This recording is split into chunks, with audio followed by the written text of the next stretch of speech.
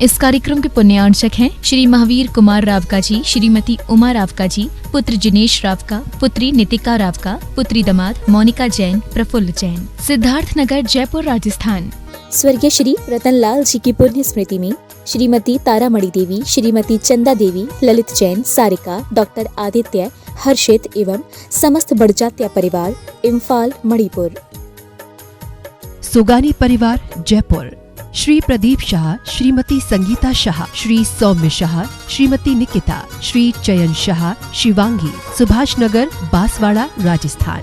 श्रीमान मोहन लाल जी गदिया, श्रीमती भंवरबाई, पुत्रवधू। श्री पदमचंद गदिया, श्रीमती विमला, पुत्र पुत्रवधू।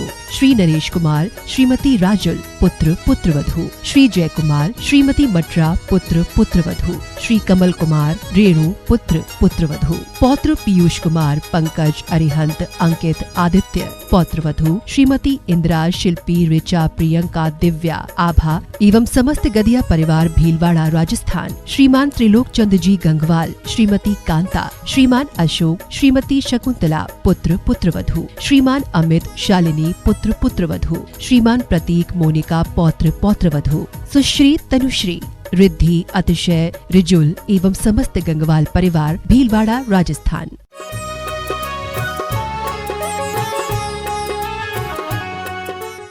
जय श्री ओम नमः सिद्धेभ्यः। जय श्री ओम नमः सिद्धेभ्यः।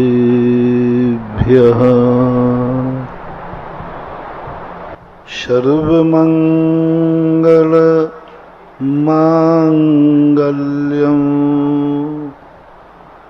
सर्वकल्याणकारकं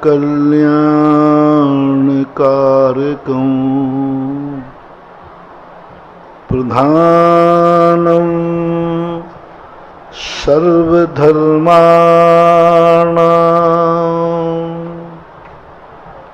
जैनं जयतु शासनं। जैनं जयतु शासनं।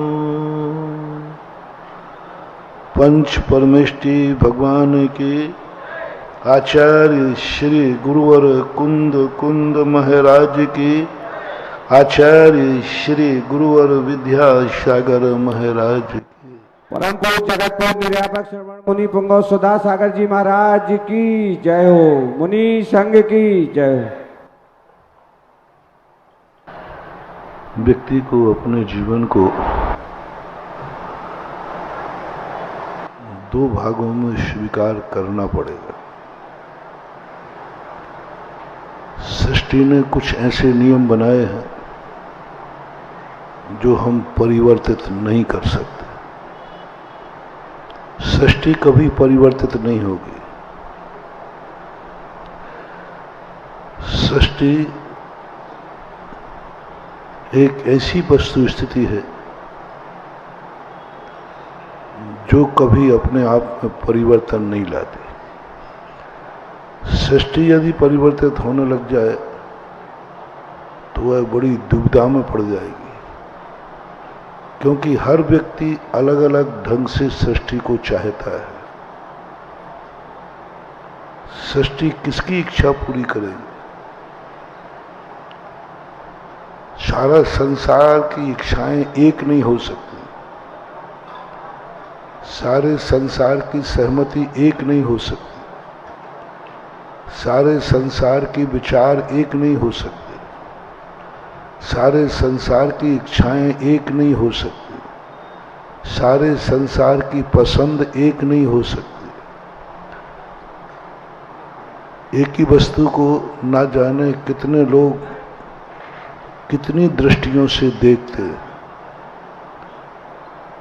हम चाहें कि एक वस्तु को एक व्यक्ति सारी दुनिया एक ही दृष्टि से देखे, संभव नहीं, हो ही नहीं सकता।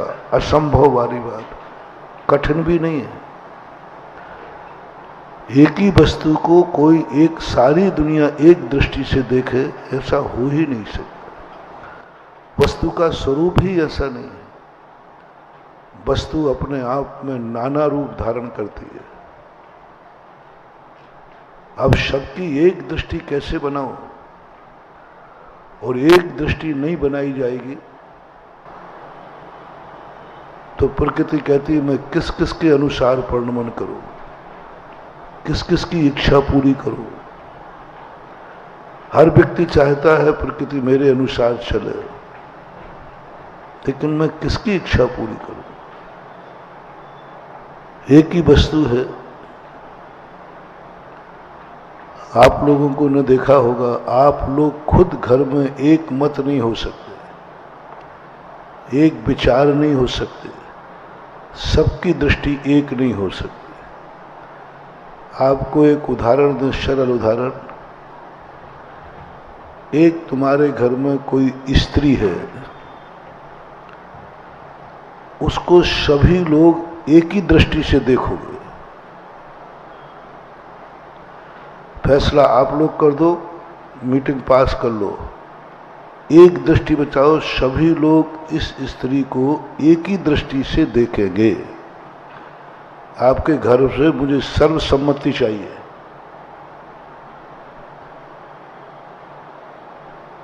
पंचायत प्रस्ताव पास करे, शिक्षा मंत्री से पूछ लो। घर में एक स्त्री है, सभी लोग एक ही दृष्टि से देखेंगे उसको। मैं कुछ भी नहीं बोल रहा हूं, जो तुम्हारी जिस पर सर्वसम्मति बन जाए। बताओ भाई, नीचे वाले बताओ, महिलाएं बताओ, संभव है कि असंभव? असंभव। सारे लोग घर की एक स्त्री को, एक 10 लोग हो तुम लोग, 10 लोग घर की स्त्री को एक दृष्टि से देखेंगे, उसके साथ सभी लोग एक व्यवहार करेंगे। दादी देखना है तो सब लोग दादी ही कहना है, मां कहना है तो मां ही कहना, पत्नी कहना है तो पत्नी ही कहना, बहन कहना तो बहन ही कहना, बिटिया कहना तो बिटिया ही कहना। ऐसा ये प्रस्ताव कभी पास हो सकता है? असंभव। एक घर की एक नारी है, कोई उसे मां की दृष्टि से देख रहा है, कोई उसे पत्नी की दृष्टि से देख रहा है, कोई उसे बहन की दृष्टि से देख रहा है, कोई उसे बिटिया की दृष्टि से देख रहा है। एक वस्तु, एक घर 10 लोग एक नहीं हो पाए। अब क्या करें? एक मत कैसे बनाए? स्त्री वह हो जाएगी जो तुम पर सहमति करोगे। प्रकृति प्रदत्त द्वारा स्त्री एक ही बनाई गई। मां नाम की स्त्री अलग बनाई गई हो, पत्नी नाम की स्त्री अलग बनाई गई हो, ये माताएं कहलाएंगी, ये पत्नियां कहलाएंगी, ये बिटिया कहलाएगी, ये बहन कहलाएगी। ऐसा प्रकृति का डिवाइडेशन हुआ। फिर ये सासुएं कहलाएंगी, ये और क्या रिश्ते मुझे याद नहीं, ये बुआ कहलाएगी, ये ब्याह कौन सी समदन कहलाएगी, ये साली कहलाएगी, ये साराज कहलाएगी। कितने डिवाइडेशन, कितने प्रकार की स्त्रियां बनाना पड़ेगा प्रकृति को, अंत नहीं आएगा। प्रकृति ने कहा मैं एक बनाता हूं, एक स्त्री को बनाता हूं, एक स्त्री तुम्हारे सामने है। अब उसको किस दृष्टि से देखना है, ये निर्णय मेरा नहीं, ये निर्णय तुम्हारा है। ये निर्णय तुम्हारा है, मैं कुछ नहीं कहूंगा। मैंने तो एक स्त्री को बना दिया, एक स्त्री तुम्हारे घर में है।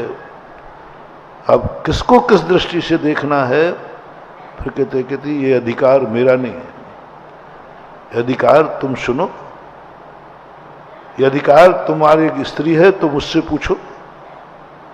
दोनों अब दो के बीच आ गई। अभी तक निर्णय किस पे था? पूरे परिवार पर। तो पूरे परिवार की तो सहमति नहीं बनी। अब दो पे आ जाओ, अब दोनों एक मत हो जाओ। किस दृष्टि से देखना चाहते हो, अनर्थ हो जाएगा, पाप हो जाएगा, बहुत बुरा हो जाएगा यदि तुम्हारे ऊपर छोड़ दिया जाए कि तुम स्त्री को जिस दृष्टि से देखना चाहो देखो। दुनिया पाप से भर जाएगी। फिर प्रस्ताव किया, अब आता है हमारा धर्म बीच में। अभी यहां दो तक धर्म नहीं था, धर्म को कोई लेना देना नहीं। धर्म तो एक ही बात कहता है, तुम एक मत हो जाओ, तुम सब एक निर्णय कर लो। एक निर्णय हो नहीं पाया। हमें छूट दे दो, जो जिस दृष्टि से देखना चाहे वो देखेगा। धर्मशास्त्र कहते हैं, अब प्रकृति नहीं कहती, प्रकृति मना नहीं करती। प्रकृति हाँ तुम्हें जिस दृष्टि से देखना देखो, मुझे कोई ऐतराज नहीं, मुझे कोई ऐतराज नहीं, तुम्हारी दृष्टि है, तुम जिसको जैसा चाहे देखो। अब प्रकृति के बीच में धर्म आता है। हे प्रकृति, पहला नियम तो आपका सही था कि मैं एक स्त्री को बनाता हूं, पुरुष को बनाता हूं। हम भेद नहीं कर सकते, हम अलग अलग नहीं बना सकते। धर्मशास्त्र कहते ये बात तुम्हारी सहमत है, मैं भी धर्म उसकी सहमति देता है। ठीक बात है, कहां तक डिवाइड करोगे, कहां तक क्या करोगे? कर ही नहीं सकते कोई डिवाइडेशन, झगड़े हो जाएंगे, हो ही नहीं सकता, अनैतिकता फैल जाएगी।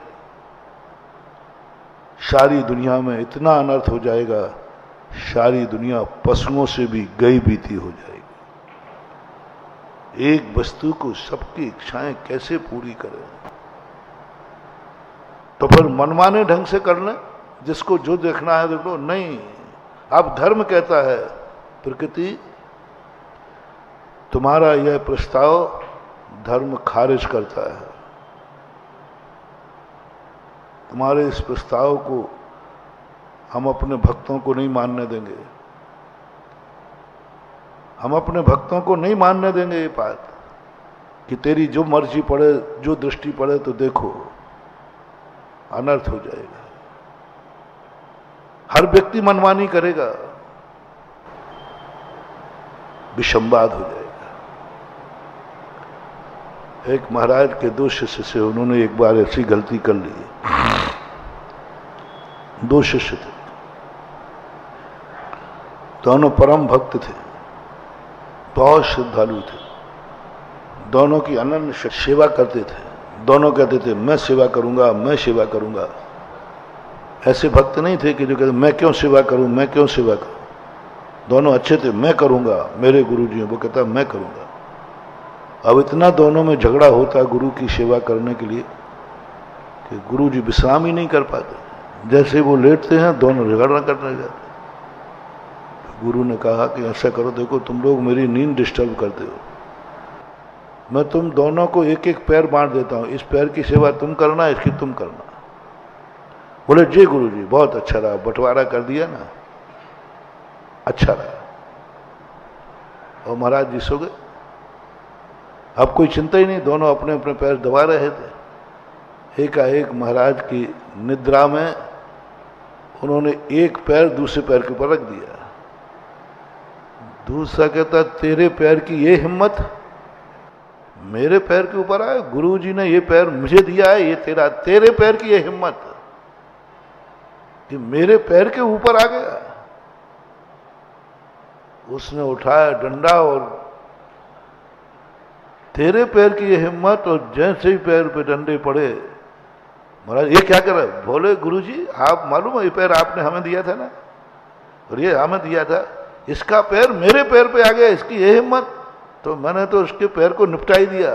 महाराज कह रहे भैया उसका पैर नहीं निपट गया, सेवा के लिए बंटवारा किया था तूने तो एक पैर का ही कर दिया।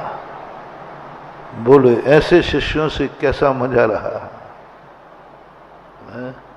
बिना ये भैयावृत्ति के ठीक है कि भैयावृत्ति कराना ठीक है?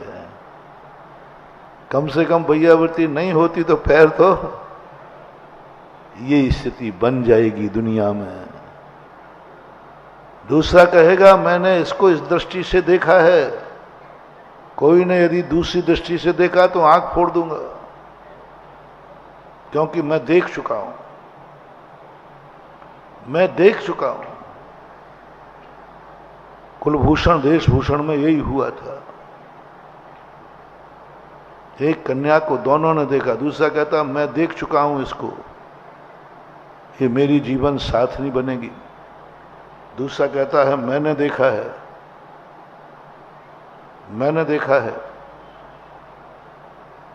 और परिणाम ये निकला कि दोनों में तलवारें निकल गई।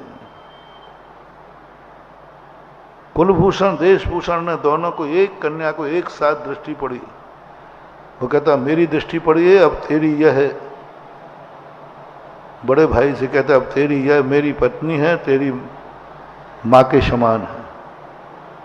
वो कहता मैंने देखा है, तेरे लिए यह जो स्त्री है बेटी के समान है। दोनों में तलवारें खिंच गई। पिताजी ने आगे कहा क्या कर रहे हो?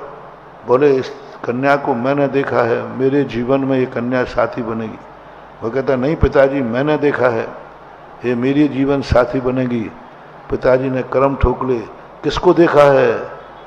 जिसको देखा है ये तुम दोनों की बहन है। क्योंकि जब तुम लोग विद्यालय गए थे, 16 साल के लिए विद्यालय जाता, 16 साल बाद लौटे थे। कुलभूषण देशभूषण तद्भव मोक्षगामी जीव, गजपंता से मोक्ष पधारे, उनकी दशा देखो क्या हुई। पढ़ के आए, जैसे पढ़ के आए वो बेचारी बहन खड़ी है दरवाजे पर, सामने महल के ऊपर लेने आई, और वो नहीं समझ पाया, दृष्टि स्लिप हो गई। तलवारें खिंच गई। दोनों भाई एक साथ जन्मे, एक साथ पढ़े, आज तक कभी उनमें राग द्वेष नहीं हुआ, कभी झगड़ा नहीं हुआ। हुआ तो ऐसा हुआ दोनों तलवारें खींच ली। राजकुमार थे, दोनों के पास कटारे। पिताजी ने कहा क्या कर रहे हो तुम? ये जो है तुम्हारे जाने के बाद इसका जन्म हुआ है, ये तुम दोनों की बहन है। पिताजी बहन है? धिक्कार है मुझे, धिक्कार है मेरी कुदृष्टि को, धिक्कार है। परिणाम ये हुआ कि पढ़कर के घर में प्रवेश था, पूरा नगर सजा था उनके प्रवेश के द्वार में, और ये घटना घटी। दोनों ने वहीं जाकर के केश लॉन्च करना शुरू करके और चले गए वनवास, दीक्षा ले लिए। रागी थे तो कैसे थे, और बैरागी थे तो अब तुम लोग क्या? महाराज जी जब ऐसे तद्भव मोक्षगामों की दृष्टि बिगड़ जाती तो हमारी क्यों नहीं? अरे भाई उनकी बिगड़ भी जाती है तो बन भी जाती है। एक क्षण में राग देखो कितना तीव्र, कितना परिवर्तन। एक क्षण पहले तलवारें निकल रही हैं एक दूसरे को मारने के लिए, वस्तु एक थी, और एक क्षण पहले एक शब्द ने ऐसा बैरागी बना दिया, ऐसा बैरागी बना दिया कि मुनि दीक्षा लेकर मोक्ष चले गए। जब ये कथानक मैंने पढ़ा कि मैंने कि कैसा है संसार। चौथा काल का अंतर यही है कि चौथे काल में पाप भी बहुत थे, राग भी बहुत था, द्वेष भी बहुत था, लेकिन बैराग भी बहुत था। लड़े तो ऐसे लड़े कि एक दूसरे को मार डालें, और छूटे तो ऐसे छूटे हैं कि कोई उन्हें मार भी डाले तो मुख से उफ भी ना निकाले, उफ भी नहीं निकाले, ध्यान में बैठ गए, कुछ नहीं। एक वस्तु को यदि एक दृष्टि से देखने की बात कह दी जाए तो धर्मशास्त्र कहते प्रकृति ये नियम हम आपका अमान्य करते हैं, ये नियम का हम सब लोग बहिष्कार करते हैं। क्या छूट दी तुम्हें? जिसको जिस दृष्टि से देखना है देखो। ये पाप दृष्टि है, ये अनर्थकारी दृष्टि है। अब इसके लिए धर्म दो धाराएं लागू करता है। प्रकृति की तरफ से धारो नहीं। प्रकृति ने कह दे तुम्हें जिसको जो देखना है देखो, जिसको जो सुनना है सुनो, जिसको जो खाना है खाओ, जिसको जो बोलना है बोलो, तुम्हें जहां जाना है जाओ। मैंने तो पैर दे दिए, तुम्हारी मर्जी पड़े जहां जाओ। मैंने तो कान दे दिए, तुम्हें जो मर्जी पड़े सुनो। मैंने तो मुंह दे दिया, तुम्हें जो बोलना है बोलो। मैंने तो आंखें दे दी, जो देखना है देखो। मैंने मन दे दिया, जो सोचना है सोचो। मैं कुछ नहीं बोलूंगा। प्रकृति के सामने धर्म की जरूरत ही नहीं थी। पहले प्रश्न में हमने तो एक वस्तु बना दी, कान बना दिया, बस हमें आगे कोई प्रॉब्लम नहीं। धर्म ने कहा ठीक, आपका काम पूरा हुआ मां। मैंने आंखें बना दी, ठीक किया, अच्छा किया। मन बना दिया, अच्छा किया। पैर बना दिए, अच्छा किया। हाथ बना दिए, अच्छा किया। सब में धर्म कहता बहुत अच्छा किया, बहुत अच्छा किया। मैंने पुरुष बनाया, अच्छा किया। मैंने स्त्री बनाई, अच्छा किया। मैंने पशु बनाया, अच्छा किया। संस्थान विषय धर्म ध्यान हमारे जैन शास्त्र में बोलते हैं। जैन शास्त्रों में से कहते हैं प्रकृति ने जो जैसा बनाया है उसको एक्सेप्ट करो, किसी चीज का मना मत करना। गलत बनाया, जहर बनाया, एक्सेप्ट करो। मैंने जहर भी बनाया है, धर्म कहता है ठीक किया, ठीक किया। जहर आपने बुरा नहीं बनाया। मैंने तलवार भी बनाई, बोले ठीक किया। मैंने बरसात बनाई, मैंने गर्मी, सब कुछ जो दुनिया में जैसा है प्रकृति के इस नियम को कभी नकारना नहीं, अस्वीकार नहीं करना, अन्यथा तुम प्रकृति विरोधी माने जाओगे। तुम जीवन में बहुत खतरे में पड़ जाओगे, मिथ्या दृष्टि घोषित हो जाओगे। जैन दर्शन की जब मैंने विशालता देखी, 4 धर्म ध्यान होते हैं, आज्ञा विचय, विपाक विचय, अपाय विचय और संस्थान विचय। संस्थान विचय धर्म ध्यान के लिए उन्होंने कहा नहीं, ये धर्म ध्यान तो है, गृहस्थ नहीं कर पाएगा। गृहस्थ धर्म ध्यान नहीं कर पाएगा, चारों धर्म ध्यान आप नहीं कर सकते। अरे भाई धर्म ध्यान है, सो करने में मना क्या, गृहस्थों के लिए मना कर दिया। ये संस्थान विषय धर्म ध्यान नहीं कर सकता। इस धर्म ध्यान को ध्यान के लिए मुनि बनना पड़ेगा।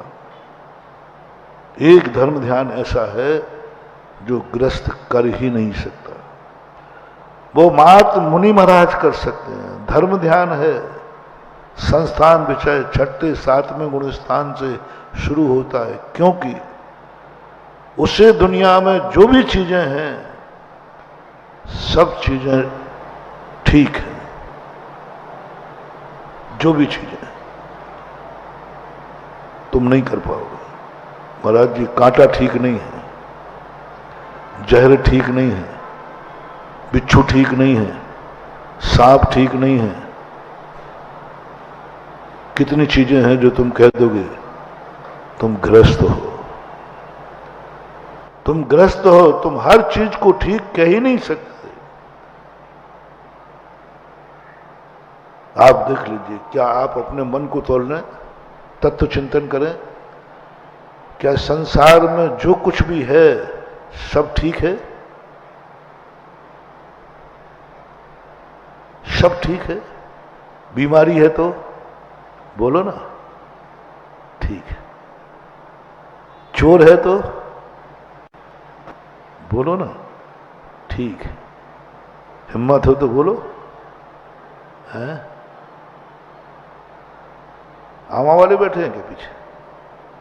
कैलाश जी, चोरी हो जाए तुम्हारे यहां, बोलो बोलो क्या बोलना है? मुंह से शब्द ही नहीं निकल रहा है। नहीं निकले, मौत आ जाए। अरे महाराज जी नाम ही क्यों ले रहे? आप ऐसी गंदी चीजों का नाम ले लेते हम लोग कांप जाते हैं। नहीं कह सकते आप। चक्रवर्ती भी क्यों ना हो, छायक सम्यक दृष्टि भी क्यों ना हो, संसार में जो कुछ भी है वह सब ठीक है। जिसने भी ये संसार को बनाया, चाहे कर्मों ने, चाहे प्रकृति ने, चाहे भगवान ने, जो कुछ भी हो, बस प्रकृति ने बनाया या भगवान ने बनाया या कर्मों ने, बस तुम्हें क्या कहना है? ठीक है। भगवान ने बनाया है, इस सृष्टि की एक एक चीज भगवान ने बनाई है। हिम्मत हो तो कह सको ठीक है, बहुत अच्छा है। प्रकृति ने बनाई है। जैनी लोग कह दें, तीन लोक में किन्हू न करे न धरे को, षड द्रव्य मयी न हरे को। तीन लोक में जो कुछ भी है, सब कुछ ठीक है। मुनि महाराज कह सकते हैं सब कुछ ठीक है।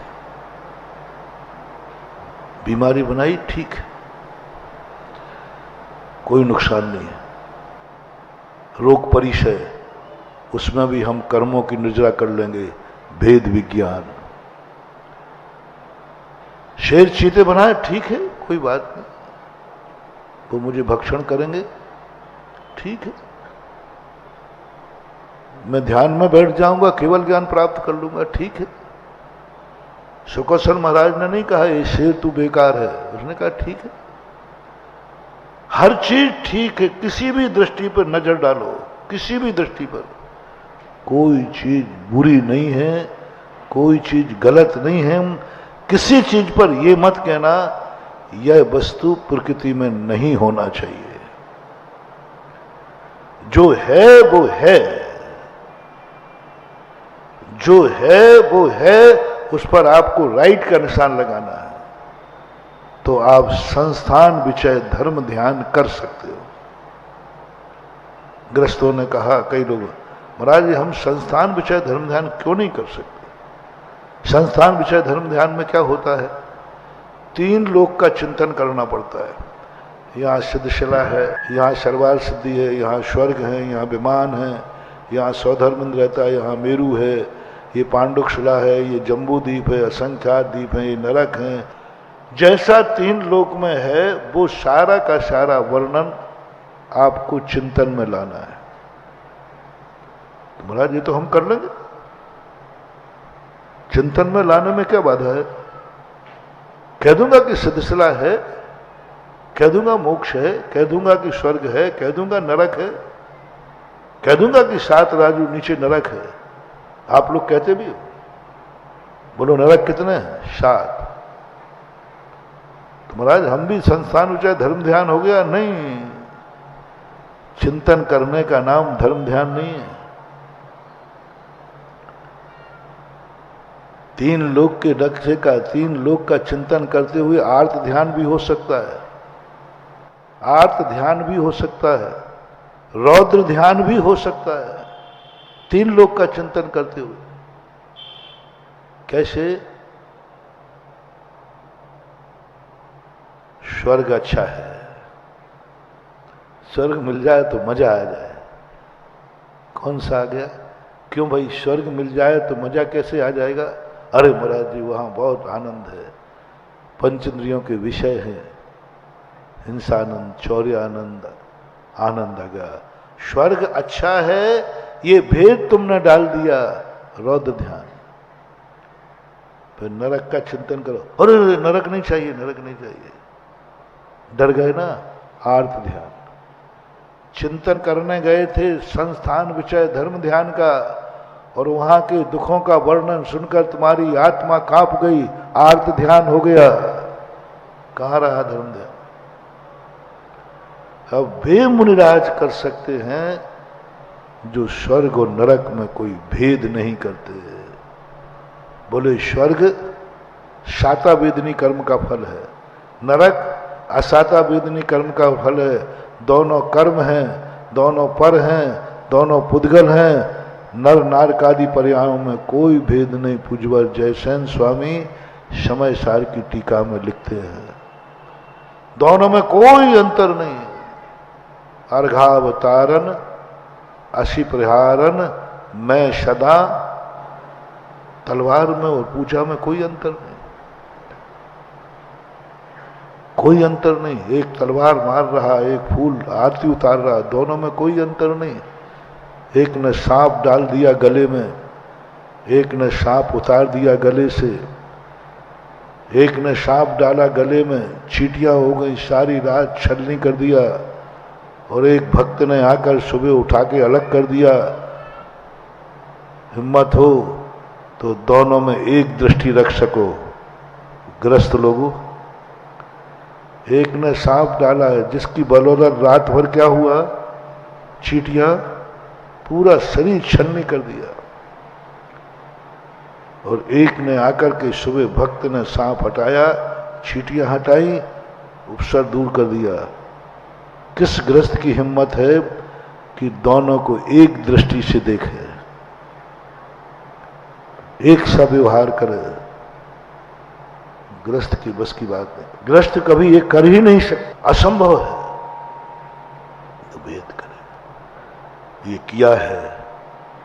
यशोधर महाराज, मुनि महाराज ने दोनों को कहा तथास्तु, किंचित मात भी अंतर नहीं किया। एक दृष्टि रख सकता है, संस्थान बिछे, एक दृष्टि रख सकता है साधु, एक दृष्टि। तुम नहीं देख पाओगे गृहस्थ में, साधु स्त्री को एक दृष्टि से देख सकता है, बस एक दृष्टि, दो दृष्टि नहीं। तुम्हारे घर में दो दृष्टि आ गई, हमारी दृष्टि में न मां है, न पत्नी है, न बहन है, एकमात्र स्त्री पर्याय को धारण करने वाली एक जीवात्मा है। और ऊपर वाले महाराज जो थोड़े से व्यवहार में होंगे वो कहेंगे ठीक है, ये स्त्री है, ये पुरुष है, इससे ज्यादा मेरा कोई संबंध नहीं है, इससे ज्यादा मैं कुछ जानता भी नहीं हूं, इससे ज्यादा उनको अनुभव में भी नहीं आएगा, इससे ज्यादा उनके मन में भाव ही नहीं आएगा, विशेषण नहीं आएगा, बस आएगा स्त्री ये बैठी है, पुरुष से बैठे, इससे ज्यादा कल्पना भी नहीं होगी मुनि महाराज को, कल्पना भी, मन में भी भाव नहीं आएगा कि इससे आगे भी कोई चीज होती है। बस यहां तक साधु जाएगा। साधु की दृष्टि, साधु का मन, साधु की आंखें, साधु का विचार इतना भेद कर देगा। पर्याय दृष्टि है ना, पर्याय दृष्टि है। अब पर्याय पर दृष्टि चली गई, तुम पुरुष हो, ये स्त्री है, तुम पैर छुओगे मैं नहीं हटाऊंगा, ये छुओगे तो मैं हटा लूंगा। इसका अर्थ है कि मैंने भेद तो कर ही दिया है ना। है? तुम आए तो भैया वृत्ति करा ली, महिला आई तो नहीं करें। शाम हो गई तो तुम बैठे रहो, महिलाएं बाहर निकलो, समय हो गया। इसका अर्थ है कि दृष्टि में भेद तो हो गया। यहां तक मुनि महाराज जा सकते हैं, यहां तक मुनि को भेद करना ही पड़ेगा। यदि मुनि महाराज चर्या में हैं, प्रवृत्ति में हैं, व्यवहार में हैं, तो ये भेद के बिना मुनिराज जी नहीं सकेंगे, चर्या का पालन कर नहीं सकेंगे, उनके व्रत पल नहीं सकेंगे, धर्म की प्रभावना हो नहीं सकेगी। पुरुषों के समान यदि मैं स्त्रियों से व्यवहार करने लग जाऊं, हमारे में कोई विकार नहीं है, कोई मतलब नहीं है। बोलो समाज में प्रभावना होगी कि अप्रभावना है? एक बार एक व्यक्ति ने कहा था, बोले महाराज जी आप साधु लोगों को क्या स्त्री और क्या पुरुष, क्या भेद है इनमें? स्त्री अलग है, पुरुष अलग है, पुरुष अभिषेक कर सकता है, स्त्री नहीं कर सकती।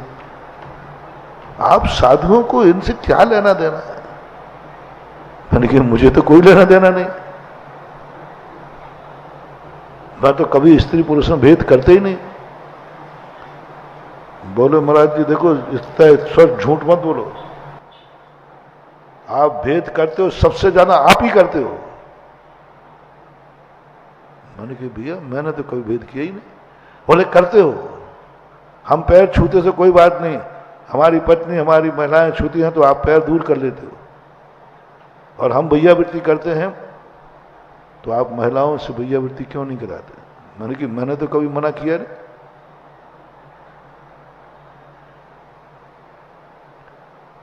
मैंने तो कभी मना किया नहीं, मेरे लिए तो सब बराबर है, मुझे तो क्या लेना, क्या स्त्री है क्या पुरुष, क्या फर्क पड़ता है।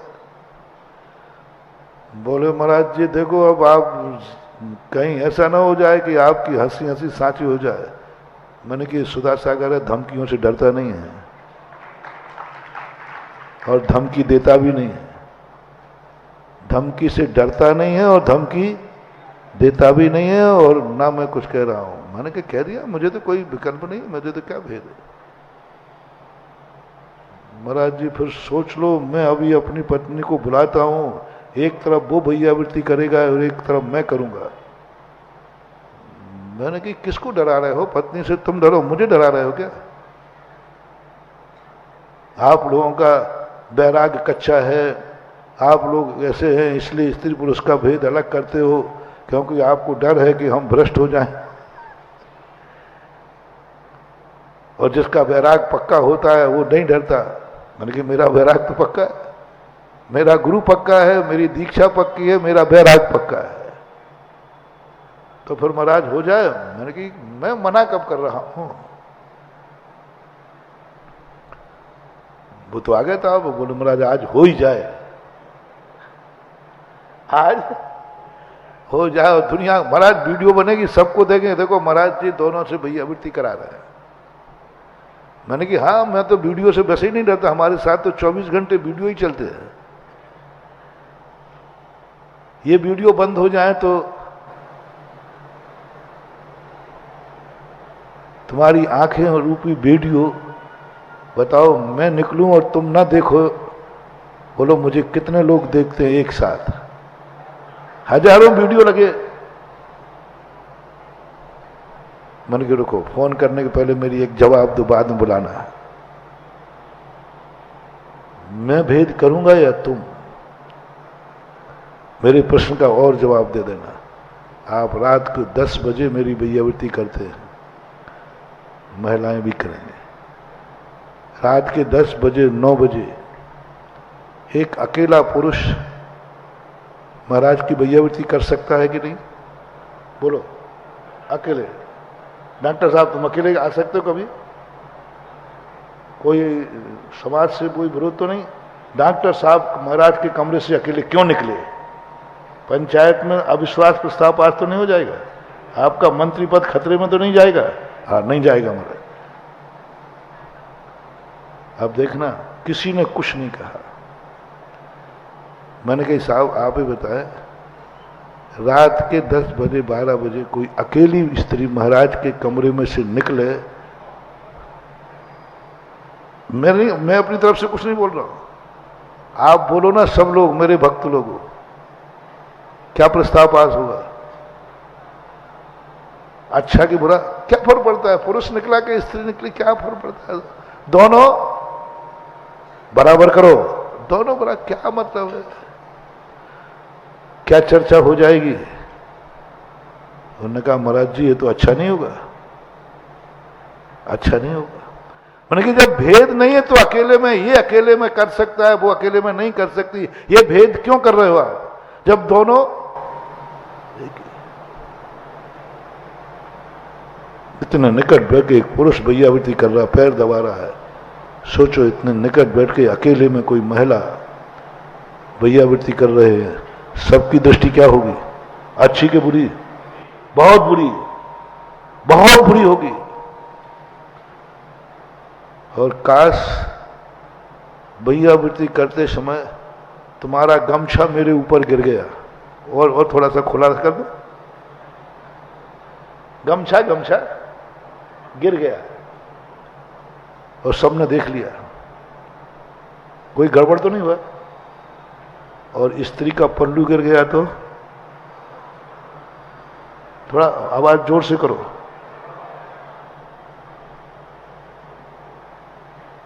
मैंने कि बोलो जल्दी क्या है?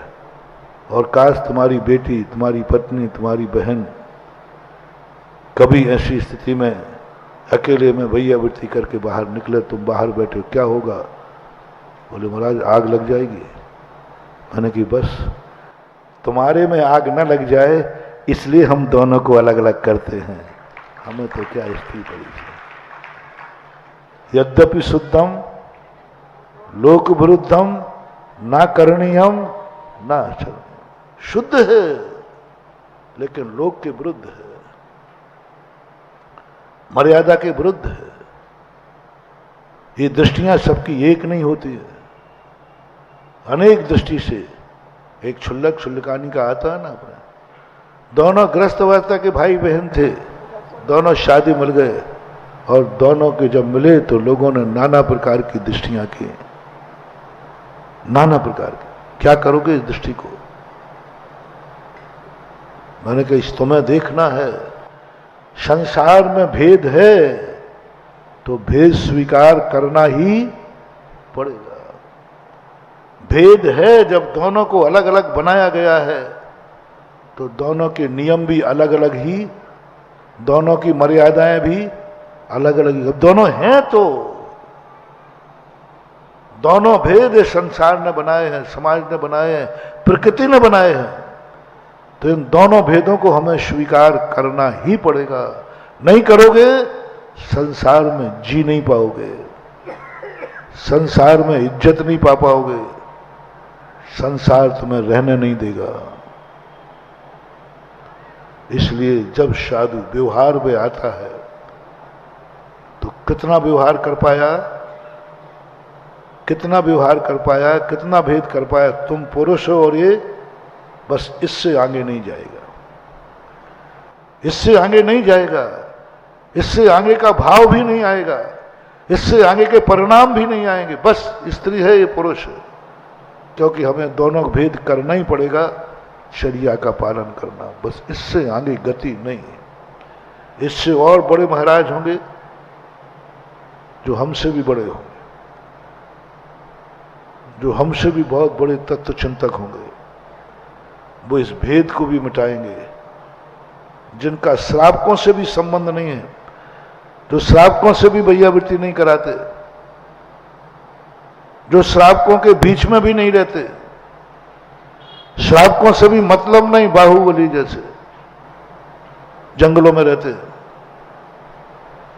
वो स्त्री और पुरुष का भी भेद नहीं करेंगे। वो कहेंगे ये सब श्रावक है, मानव है, मानव। अभी पर्याय दृष्टि है, लेकिन स्त्री पुरुष का भेद नहीं करेंगे, नीच ऊंच का भेद नहीं करेंगे। ये सब क्या है? मानव है। मानव में पुरुष ही आते कि स्त्रियां भी आती हैं? मानव में दोनों आते। मनुष्य गति नाम कर्म का उदय दोनों का है। जो समाज के बीच में नहीं रहते हैं, जो श्रावकों से भी मतलब नहीं रखते हैं, वो सोचेंगे ये कौन है? यहां मानवों की सभा है, मानव जाति है। और बड़े महाराज होंगे, और बड़े महाराज होंगे, बाहुबली जैसे, तीर्थंकर जैसे, और बड़े महाराज होंगे। वो कहेंगे नहीं, मानव तो पर्याय है, मनुष्य गति तो पर्याय है। ये सब जीव हैं। अब मानव में भेद था कि नहीं? पशु अलग हो गए, देव अलग हो गए, नारकी अलग हो गए, और ये मनुष्य। अब और बड़े जो महाराज हैं वो कहेंगे नहीं, ये सब जीव हैं। अब जीव में पशु भी आएंगे कि नहीं? कीड़े मकोड़े, ये सब जीवों की सभा है। जीव का चिंतन करेंगे, वो देखेंगे तुम्हारी तरफ, लेकिन उनको ना तो पुरुष दिखेगा, ना स्त्री दिखेगी, ना मनुष्य दिखेगा। क्या दिखेगा? क्या दिखेगा? ये सब जीव हैं।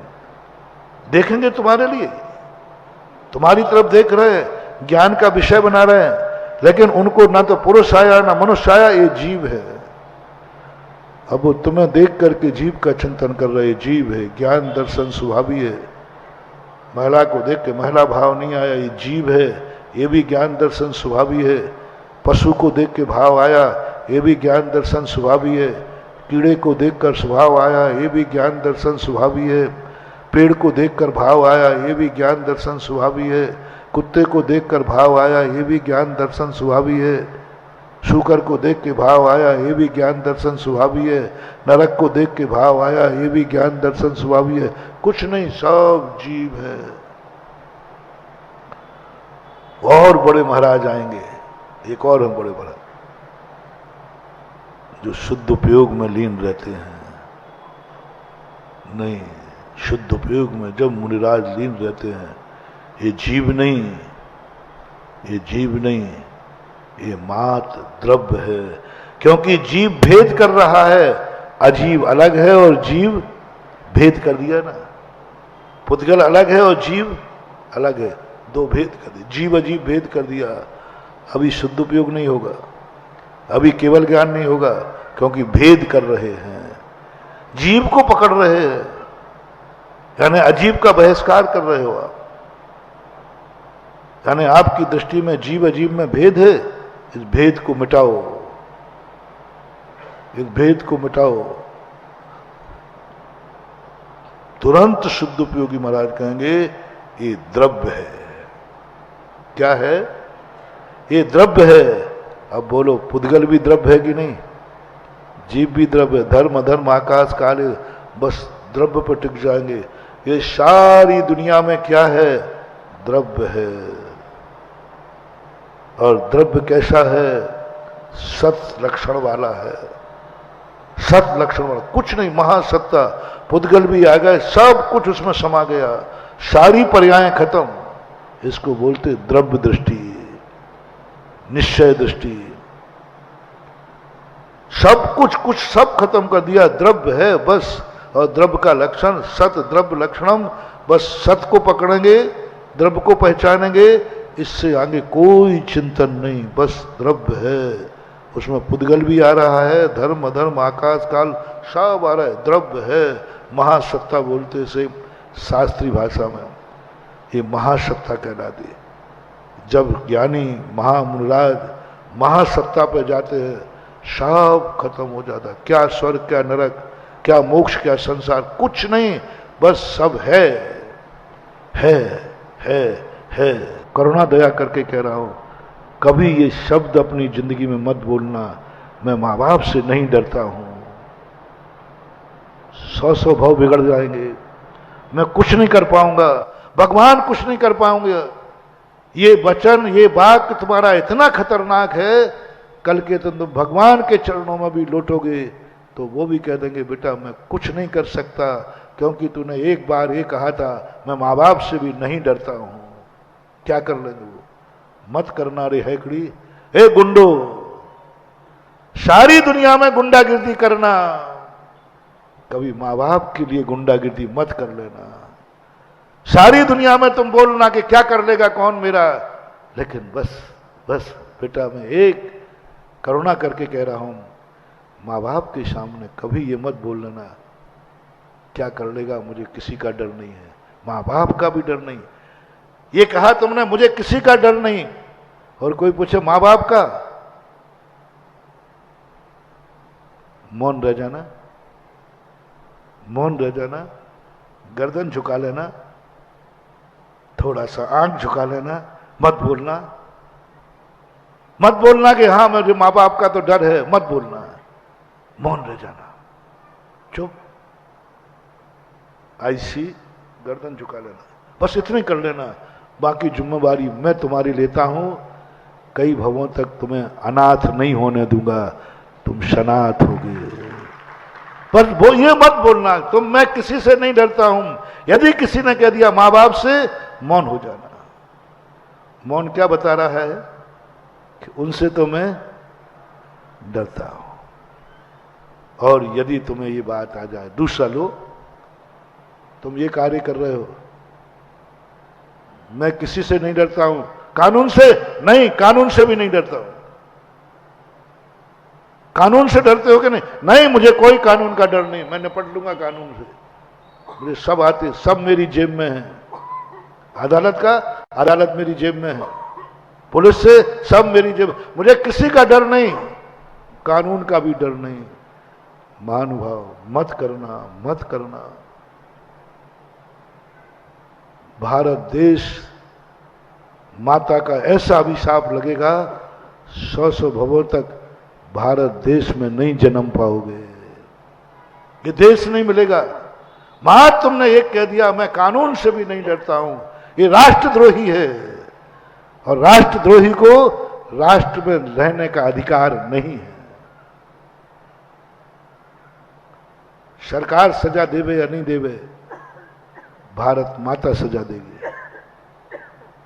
कर्म सजा देगा। तुम्हारा कर्म ऐसी दुर्दशा कर लेगा कि तुम्हें ऐसे देशों में भेजेगा जहां तुम तरस जाओगे, नरकों में, दुर्गति में जाओगे, क्योंकि तुमने एक बात कही थी, मैं कानून से भी नहीं डरता हूं। मत करना मेरे भारत के प्यारों, बहुत पुण्य से मिला है भारत देश। हमारा भारत देश सारे जगत में महान है, बहुत महान है। कई बार मैंने कहा है कि सारे दुनिया में भारत देश महान क्यों है, कभी और बताऊंगा, अभी इतनी मान लो मेरी बात। कभी नहीं भूलकर स्वप्न में भी हम मुनिराजों तक के लिए भी कह दिया गया वृद्ध राज्यातिक्रम, हम भी कभी ये नहीं कह सकते, सोच भी नहीं सकते कि मैं कानून से भी नहीं डरता हूं। मैं तो साधु हूं, मुझे कोई फर्क नहीं पड़ता। कानून जेल में डाल देगा, डाल दे, क्या फर्क पड़ता है, मुझे भक्तांबर आता है। तुम्हें जो कर रहे हो कर रहे हो, मैं किसी से नहीं डरता हूं, गुरु से भी नहीं। हाँ, मैं गुरु से भी नहीं डरता हूं। बस जाओ महान भाव, जाओ। अब तुम्हारा कोई गुरु, ना जाने कितने भवों तक तुम गुरु को तरस जाओगे, पशु बनोगे।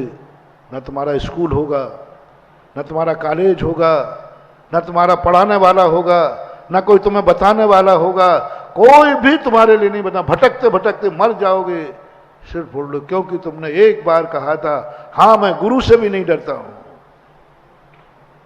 महानुभाव, जब भी कोई कृत्य करो, कोई कहे देख ले तेरे महाराज को पता चल जाएगा, तो हाँ यार ये तो डर लग रहा है, समझ लेना मैं तुझे अपना शिष्य बना लूंगा और गुरु की छाया तुझे मिलेगी, गुरु का आशीर्वाद मिलेगा, गुरु तेरे संकट में काम आएगा।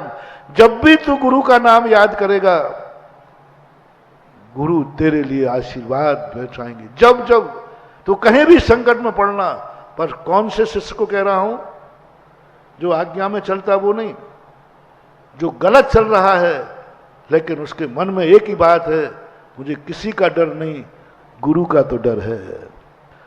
यदि गुरु का डर तुम्हारे पास है, जाओ, हर संकट में गुरु का आशीर्वाद तुम्हारे साथ है। मात डर का दिखाओ कि गुरु का डर है। कभी ये नहीं डरना, मैं गुरु से भी नहीं डरता, धर्म से भी मत बोलना।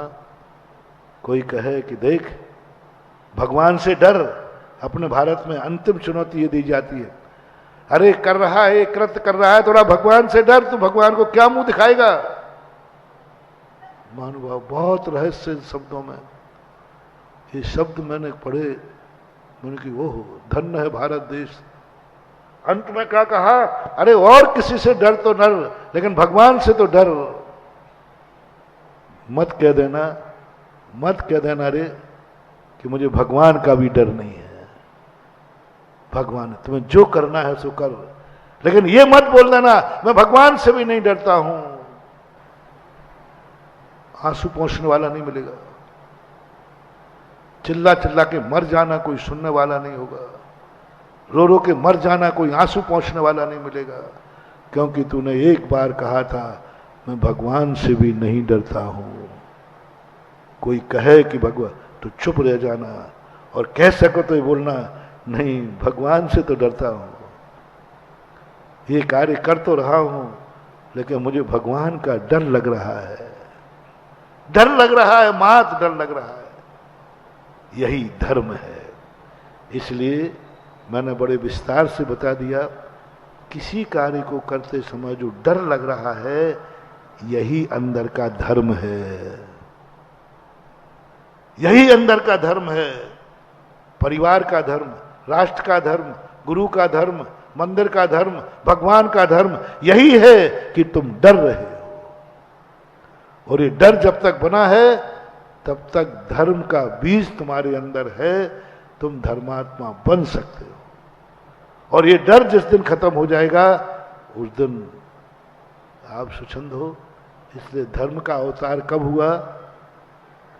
जब प्रकृति ने ये घोषणा की, जिसको जो करना है करे, जिसको जो देखना है देखे, जो सुनना है वो सुने, जो बोलना है बोले, जो खाना है खाए, जो कुछ करना है करे, तो मैं छूट देता हूं। बस इस प्रकृति की उस घोषणा पर इष्टे लगाने के लिए धर्म और धर्मात्माओं का अवतार हुआ है महावीर भगवान की। इस कार्यक्रम के पुण्यार्चक थे श्री महावीर कुमार रावका जी, श्रीमती उमा रावका जी, पुत्र जिनेश रावका, पुत्री नितिका रावका, पुत्री दामाद मोनिका जैन, प्रफुल्ल जैन, सिद्धार्थ नगर, जयपुर, राजस्थान।